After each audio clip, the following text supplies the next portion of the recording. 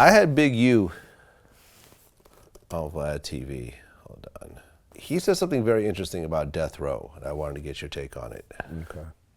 So, were you out when death row started to build up and corrupt started? Not at all. You were in jail the whole time. Never happened when I had no death row. What do you mean? I love Suge to death, but he definitely wouldn't have been moving around L.A. like that. Because in L.A. at the time, you wasn't saying blood. You wasn't wearing no red at that time. That wasn't happening, and you definitely weren't moving like that without major situations. You know what I mean? And I think what was able to give rise to Suge to the growth and Suge to move like he was the riots. The unity from the riots and dudes not tripping and on the game bang on each other, that's really what gave rise to death row. Because when that happened, more people started moving in like they was moving. But nah. Based on what you heard, explain, because I feel like I don't totally understand what Big U was saying. Mm-hmm. And maybe that was the point of him saying it like that. No, I got it. You got it? Yeah. So explain it to me from your point of view. Well, because he basically said there wouldn't have been a death row had he been, to the level where it got at, the way Suge was moving around, if Big U didn't go to prison. Yeah, Big U was a monster in the streets at that time. He still has a very high level of respect, not saying he lost any of it, but then he was more reactionary and proactive with the Crippin'. And, 60s are a major force. And I guess he's probably saying Corrupt wouldn't have been over there, maybe, to make that addition to death row. And at the same time, Suge, like he said, the riots, the peace treaty, that gave an opening to a lot of people to start socializing with one another. Right, because death row had Bloods and Crips. Right. The Bloods were Suge's crew, but the talent were all Crips. Mostly. Besides DJ Quick and... right, but DJ Quick kind of came around later. He was there. He was there in the beginning? Yeah, during the Chronic days and everything? Yes. Oh, okay, I didn't know that. Right, immediately following the Chronic days. I wasn't there during the Chronic days, but when I started going to Can-Am, after the Doggy Style, DJ Quick was always there. Okay. Him, Donzelli, and all the rest of his boys. So, but it was predominantly Crips. And I just take it that he's saying Suge would have definitely met a whole lot more resistance the way he was pushing around town. You know what I'm saying? The big, almost like, what's that figure? I told you I'm not a big movie person. Was it the Punisher or somebody like that? So somebody like that, and it's like he would have been challenged because, U's equally as big, as far as physical stature. And, he indulges in that kind of activity. I know firsthand, I was in 4800, the Crip module with Big U back in the days, and also I was in another module with Big U, was about to get into it with a few dudes on the phone. They seen, one of my tattoos had their neighborhood crossed out and, it was finna be an issue right there on the phone. And Big U was like, look, homie, y'all want to get down? We can go down the road. Y'all gonna give him a head up because he had knew me from 4800 and he know my credentials. He like, all right, I can't let that happen. And they were some of his little homies, but from another clique, and they didn't want the head up, so it was just like, well, y'all beat it. You know what I'm saying? Because I ain't gonna let y'all jump him. So, he's a real good friend of mine, you know what I'm saying? Because it could have went bad, but, hey, that's how it is. But I know he's saying that he would have met a lot more resistance had he been on the streets pushing the way he was pushing, because it's only natural if you're a major figure in the force and you're on the opposite side of the color spectrum, then, you know what I'm saying, I'm gonna definitely push against you. Right. So before the riots, Crips and Bloods couldn't really be in the same room together. Not really. And it's funny that I missed that whole situation because I was doing my last prison violation. I think I got arrested in February or something like that of '92. So I missed the riots, all the peace treaties, and all that kind of stuff. So, I wasn't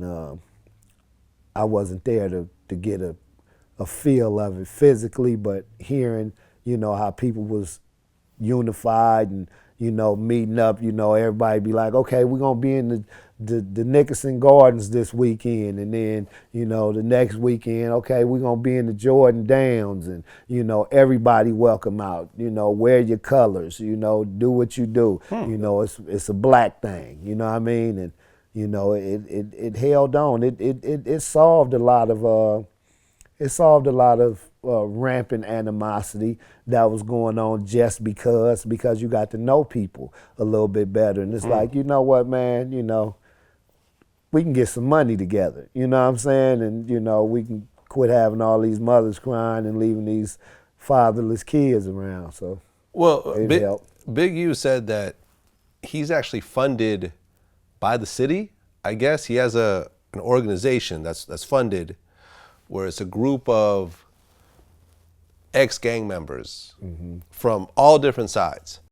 What we do is not new. It's a grant that was written by Dianne Feinstein maybe 20-something years ago, over $1 billion that comes into the city that deals with gang intervention. What they did was they wanted to go get certain OGs or certain people who had influence in certain neighborhoods to get them to become a part of the program, to go out and reach out to young people and to try to stop the rumors or the assumption of who may have done something where gang violence is coming from. So with that, we're able to, I hired dudes from all the different gangs that surround the Rolling 60s, and we stop a lot of the conflicts. Right, including the Mexican gangs also. Including the Mexican gangs. Yeah, we had to have employees from every set. Well, now that we done lived through the storm, people that made it through got a lot older, wiser, and more patient, more compassionate. It's like, I don't want my kid to have to come outside and worry about getting his head blew off, just because we not doing nothing to change the climate of, the respect in the city and the interactions and things like that. So I understand clearly that, it's a need for that. It's a need for those kind of people to do that, and that's a good thing for somebody to take that upon themselves, because like you said, we just taking care of our families, you know what I'm saying? And everybody responsible for taking care of their family. So to go outside of taking care of your family and try to ameliorate situations in other neighborhoods and things like that, that's like you trying to clear your slate, of all the evil and wicked things that you've done in the past. Well, he actually talked about that because, like you, he's Muslim. You just finished with Ramadan? Yes, sir. And he's talked about how he feels he needs to atone for all the stuff he's done so he could get into heaven. I'm trying to get into heaven. You know what I mean? So you feel that some of the stuff you've done in the past you have to make up for? No, I know it. I want to balance. I don't want to be remembered for being this negative force. You know what I mean? I don't want to live my life and the only thing you can remember about Big U is he was this, he was that, he was this, he was that. You know what I mean? He fought all these different cases. He did this to people. I feel like if on the day of Yom Kippur, when I want to be able to say that I did right. I want to be able to say that whatever we had a part of, I did right.